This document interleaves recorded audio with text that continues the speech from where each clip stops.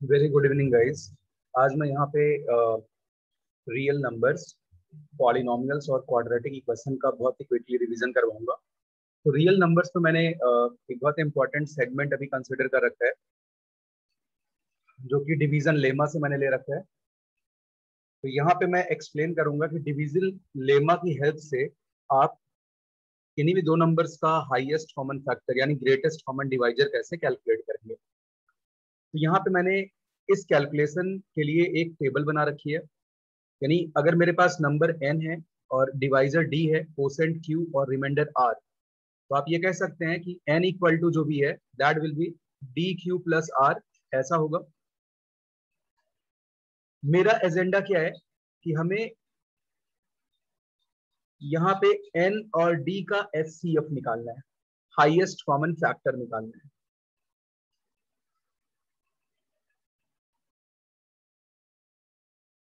यहाँ पे कोसेंट जो भी है q आया, रिमाइंडर r है।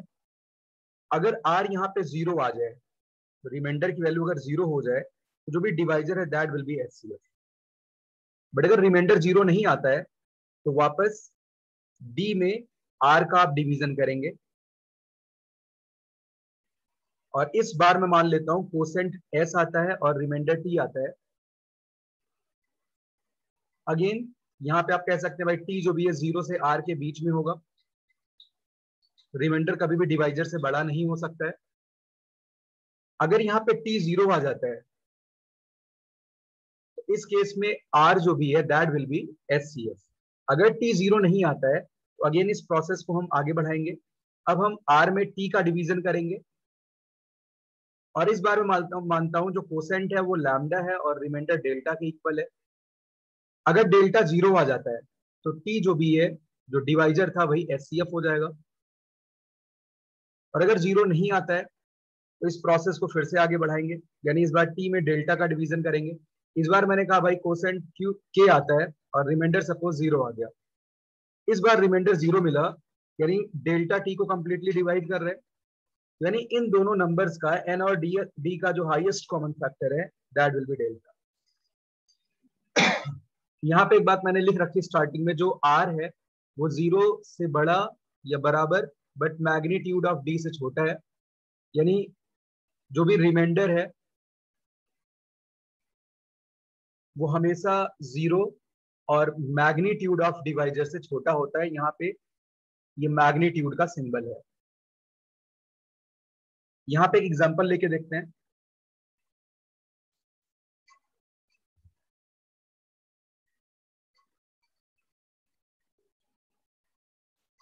सपोज मुझे 726 और 275 का HCF निकालना है। यानी 726 में मैंने 275 का डिवीजन किया। कोसेंट 2 आया और रिमाइंडर 176 आया। जीरो नहीं हुआ, यानी अब 275 में 176 का अगेन डिवीजन करेंगे। कोसेंट 1 और रिमाइंडर 99 आया। अगेन जीरो नहीं हुआ। अब 176 में ये प्रोसेस तब तक आगे बढ़ाना है जब तक रिमाइंडर जीरो ना हो जाए। 99 का डिवीजन किया तो रिमाइंडर 77 और कोसेंट 1 आया, अभी भी जीरो नहीं हुआ।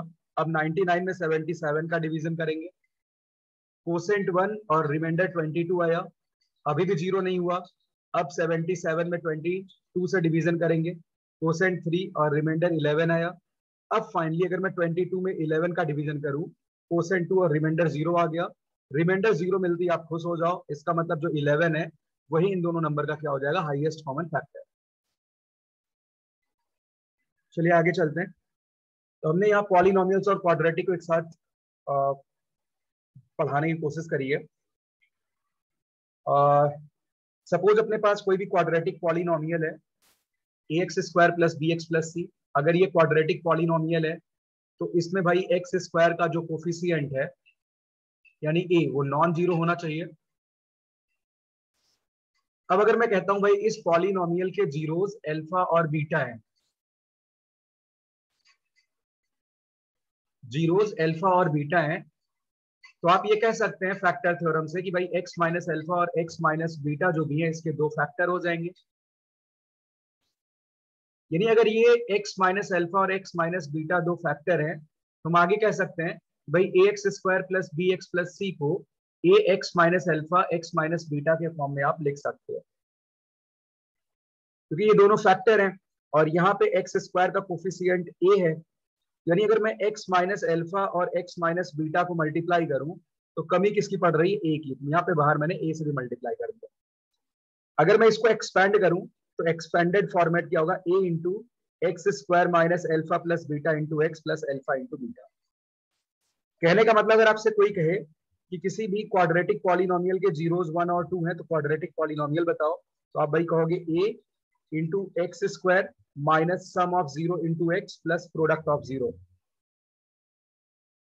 यानी सिंपली 1,2 के साथ आप इनफाइनाइटली मेनी क्वाड्रेटिक पॉलिनोमियल्स बना सकते हैं, इसीलिए यहाँ पे हमने मल्टीप्लाइंग स्केलर ए यूज कर रखा है। अब आगे चलते हैं यहां से। अगर ऐसा है तो अब आप जीरोस में रिलेशन निकाल सकते हो कि भाई दोनों साइड बराबर होंगे, तो आप दोनों साइड को कंपेयर करो। ए एक्स स्क्वायर बैलेंस हो गया, माइनस ए एल्फा प्लस बीटा की वैल्यू बी के बराबर होनी चाहिए, यानी एल्फा प्लस बीटा यहां से मिल जाएगा माइनस बी अपॉन ए। दोनों साइड को मैं कंपेयर कर रहा हूं। सी की वैल्यू ए एल्फा बीटा के बराबर होगी, यानी एल्फा इंटू बीटा की वैल्यू सी अपॉन ए आएगी। अब फाइनली साथी अगर आपसे कोई कहे कि a x square plus b x plus c को अगर जीरो कर दिया जाए तो इनके जीरोस कैसे निकाले जाएं, तो इसके लिए हम सीधे क्वाड्रेटिक फार्मूला का ये स्टेटमेंट याद रखते हैं। वैसे इसका मेथड ऑफ कंप्लीटिंग स्क्वायर से डेरिवेशन भी कर सकते हैं, बट इसकी जरूरत है नहीं। यानी भाई एक्स की वैल्यू कितनी आती है, minus B plus minus root under B square minus 4ac upon 2a, जहां पे बी स्क्वायर माइनस 4ac को डिस्क्रिमिनेंट बोलते हैं, डिस्क्रिमिनेंट बोलते हैं। यानी x की वैल्यू आप लिख सकते हो minus B plus minus root D divided by 2a। तो ये हमने एक साथ क्वाड्रेटिक पॉलिनोमियल्स और इक्वेशंस की कुछ बेसिक बातें यहाँ पे सीखी हैं। आगे चलते हैं। अगर मैं कहूं क्वाड्रेटिक पॉलिनोमियल में डिफरेंस ऑफ 0 का स्क्वायर बताओ, भाई इसकी रिक्वायरमेंट कहाँ पे पड़ती है वो हम प्रॉब्लम्स में भी डिस्कस करेंगे। तो एल्फा माइनस बीटा का स्क्वायर जो होगा वो एल्फा प्लस बीटा का स्क्वायर माइनस 4 अल्फा बीटा आप लिख सकते हो।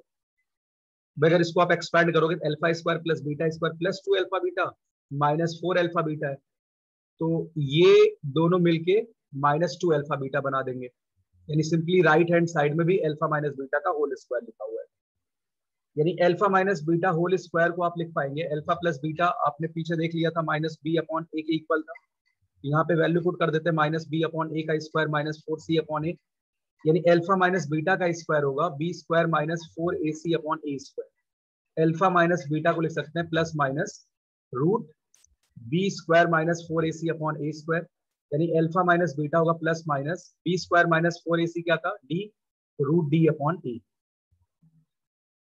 अब नेचर ऑफ रूट्स की बारी आती है। किसी भी क्वाड्रेटिक में जो नेचर ऑफ रूट्स हैं वो डिस्क्रिमिनेंट से जज किए जाते हैं, और किसी भी क्वाड्रेटिक में डी की वैल्यू हमने पहले ही देख रखी, बी स्क्वायर माइनस 4ac होती है। अगर क्वाड्रेटिक में डी की वैल्यू 0 हो जाए, बी स्क्वायर माइनस 4ac 0 हो जाए, तो आप देख सकते हैं बी स्क्वायर माइनस 4ac 0 होने का मतलब जो एक्स की दोनों वैल्यू आ रही हैं, यानी भाई एक्स की एक वैल्यू अल्फा होगी एक बीटा होगी। मैं अभी अगर यहाँ पे कहूँ कि अल्फा की value minus B plus root D upon 2a है, तो बीटा की वैल्यू क्या हो जाएगी, minus B minus root D upon 2a।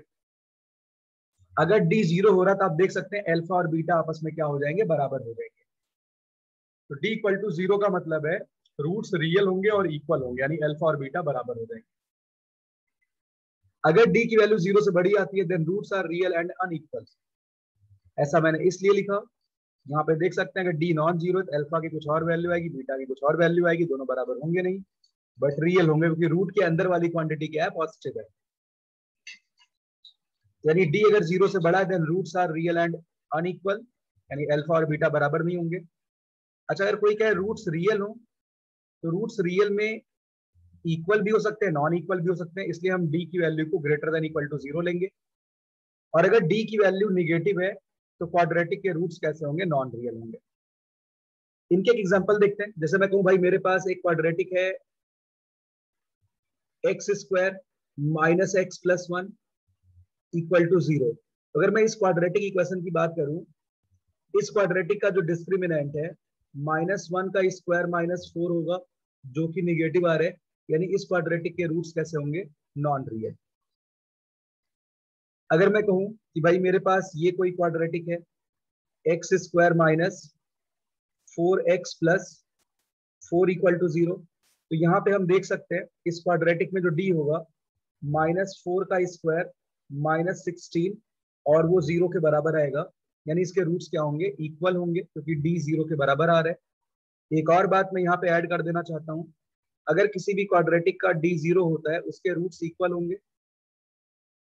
और हमने थोड़ी देर पहले क्वाड्रेटिक को फैक्टराइज करके लिखा था, ax² + bx + c = ax - alpha x - beta. यानी अगर अल्फा और बीटा आपस में बराबर हो रहे हैं, तो इसका मतलब ये क्वाड्रेटिक क्या बन जाएगा, ax - अल्फा का स्क्वायर, बीटा की जगह पे मैंने अल्फा रख दिया। यानी किसी भी क्वाड्रेटिक का डी अगर 0 होता है, तो क्वाड्रेटिक हमेशा क्या होता है, परफेक्ट स्क्वायर। वो क्वाड्रेटिक हमेशा क्या होता है, परफेक्ट स्क्वायर। तो डी 0 होने का मतलब quadratic will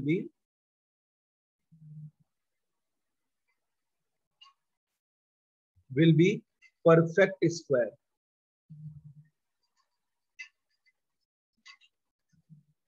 quadratic will be perfect square.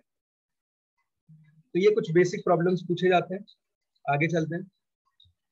अब यहाँ पे देखते हैं, if roots of quadratic equation ax² + bx + c are p and q, जबकि कैपिटल ax² + bx + c के p + k और q + k हैं, then what will be relation between coefficient, यानी small a small b small c, capital A capital B capital C में relation बताना है। इसमें एक चीज अगर हम तुरंत ऑब्जर्व कर पाए कि यहाँ पे सारे रूट्स को सेम क्वांटिटी से बढ़ाया गया है। अगर सारे रूट्स को सेम नंबर से बढ़ाया जाए, तो ऐसे केस में एक बात कॉमन होती है, डिफरेंस ऑफ रूट दोनों में क्या रहेगा, सेम रहेगा। तो पहले केस में difference of root p + k है, और दूसरे केस में p + k - q + k का अपन डिफरेंस ले रहे हैं, तो ये बराबर होना चाहिए। अगर रूट्स को सेम नंबर से बढ़ाया जाए, तो डिफरेंस ऑफ रूट जो भी होंगे बराबर होंगे। तो मैं ये भी कह सकता हूं साथ साथ कि डिफरेंस ऑफ रूट का स्क्वायर भी इक्वल होगा।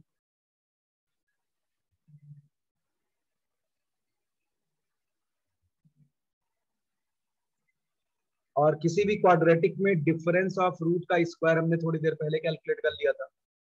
ये देखिए भाई, डिफरेंस ऑफ रूट का स्क्वायर क्या था, d/a²।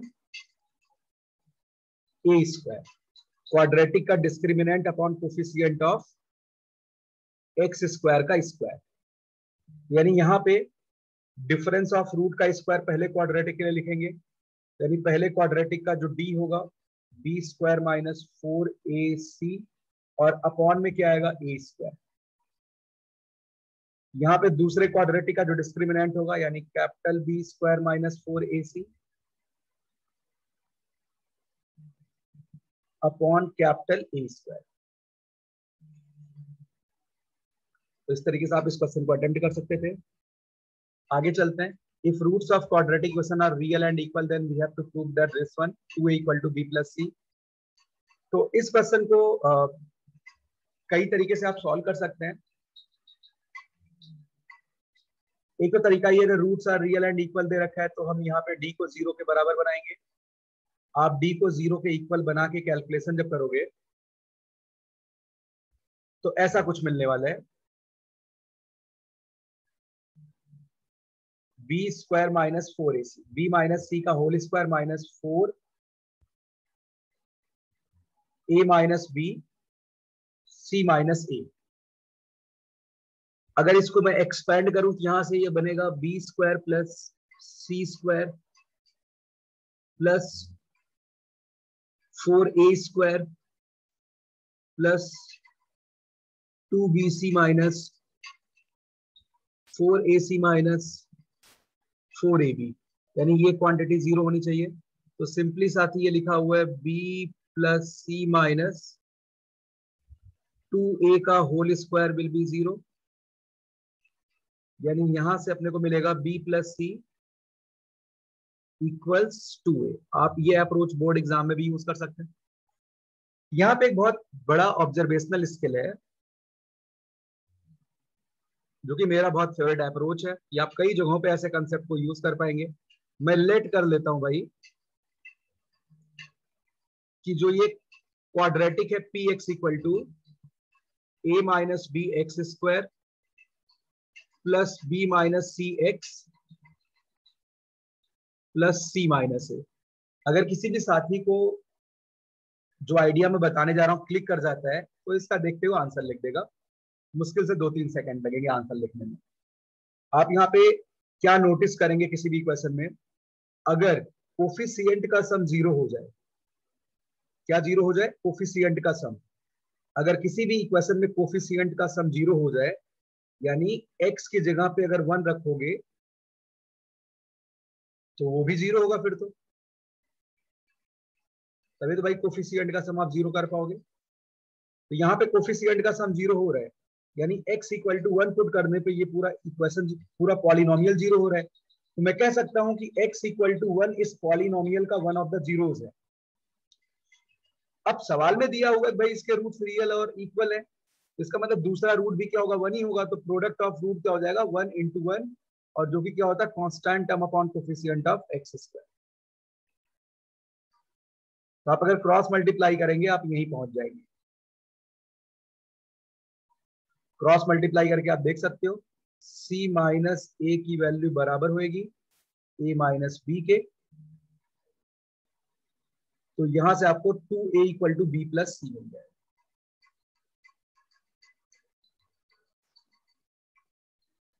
आगे चलते हैं। अब मैंने यहाँ पे क्यूबिक पॉलिनोमियल कंसीडर कर रखा है ax cube plus b x square plus c x plus d. यहाँ पे a नॉन जीरो होना चाहिए। वही सेम बात अगर मैं इसके अल्फा बीटा गामा को जीरोज मानूं, मैं कह सकता हूं भाई फैक्टर थ्योरम से, then x minus alpha x minus beta x minus gamma will be factors. अगर ये फैक्टर्स हैं तो सारे फैक्टर को मल्टीप्लाई करने मुझे क्यूबिक तो मिल जाएगा, लेकिन कमी एक ही रह जाएगी। तो मैं a x cube plus b x square plus c x plus d को a into x minus alpha x minus beta x minus gamma लिख रहा हूं। यानी राइट हैंड साइड को अगर मैं एक्सपैंड करूं तो ये a x cube minus alpha plus beta plus gamma into x square plus alpha beta plus beta gamma plus gamma alpha into x minus alpha beta gamma. अगर आप इसको expand करेंगे राइट हैंड साइड को तो आपको यही मिलेगा। अब ये लेफ्ट हैंड साइड और राइट हैंड साइड सारे x के लिए बराबर हैं, तो आप यहाँ पे कोफिशिएंट सब कंपेयर कर लो। तो जब स्क्वायर का कंपेयर करेंगे b इक्वल टू कितना होगा? Minus a alpha plus beta plus gamma, यानी alpha plus beta plus gamma minus b by a मिल जाएगा।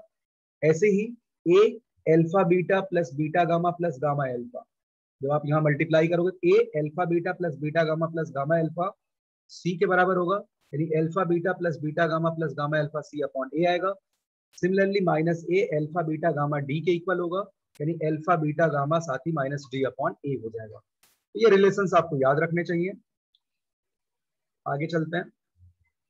If zeros of this cubic, यहाँ पे एक प्रॉब्लम देखते हैं इस पे, are alpha beta gamma then we have to calculate this one. तो ये बहुत आसानी से आप कैलकुलेट कर पाओगे। पहले आप इस क्यूबिक में alpha plus beta plus gamma की वैल्यू लिख लो। तो alpha plus beta plus gamma की वैल्यू तो भाई 1 है, क्योंकि माइनस बी बाई ए होता है। Alpha beta plus beta gamma plus gamma alpha लिख लो, वो 1 आएगा। अल्फा बीटा गामा की वैल्यू 2 के इक्वल होगी। यहाँ पे फर्स्ट पार्ट में रेसिप्रोकल का सम लिखा हुआ है, आप एलसीएम लेके सॉल्व कर लो। तो alpha beta plus beta gamma plus gamma alpha upon क्या आएगा? Alpha beta gamma. Alpha beta plus beta gamma plus gamma alpha की वैल्यू कितनी है? 1 के इक्वल है, तो साथ ही ये 1 डिवाइडेड बाई 2 आएगा।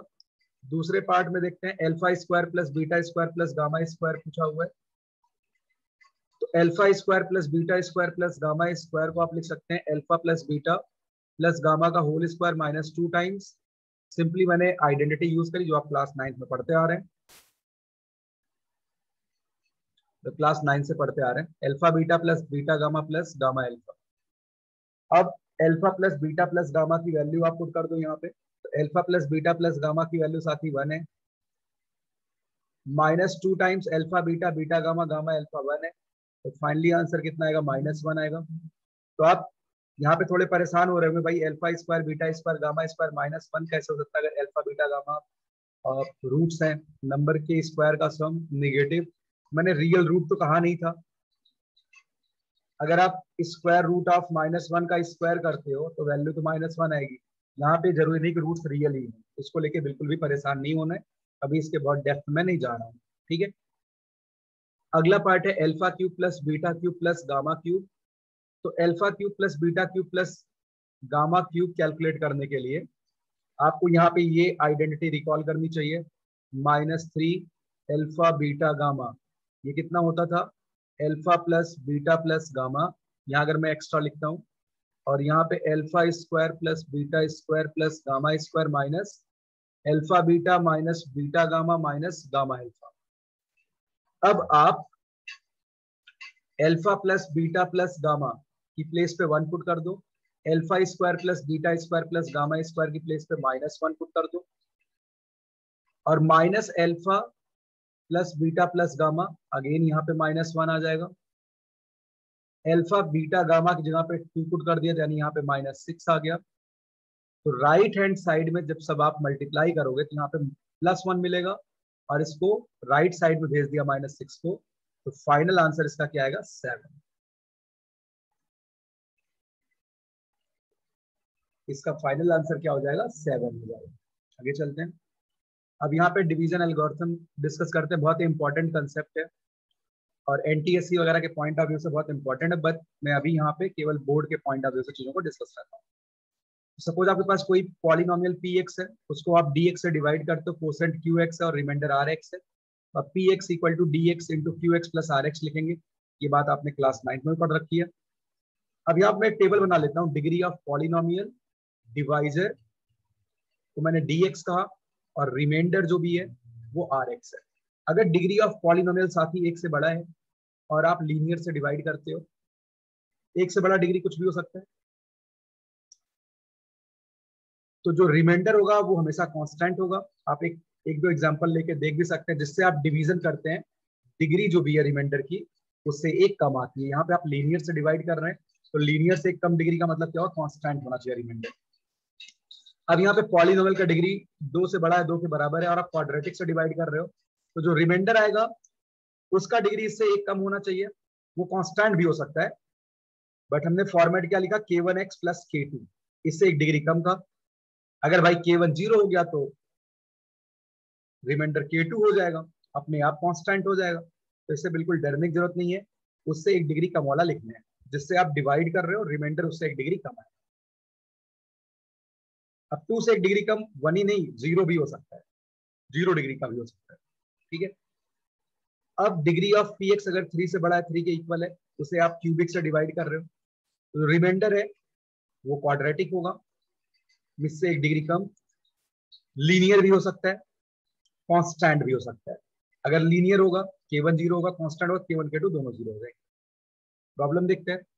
अब what will be remainder if x cube minus X square plus x plus 1 को x cube minus 3x plus 2 से डिवीजन किया जाए।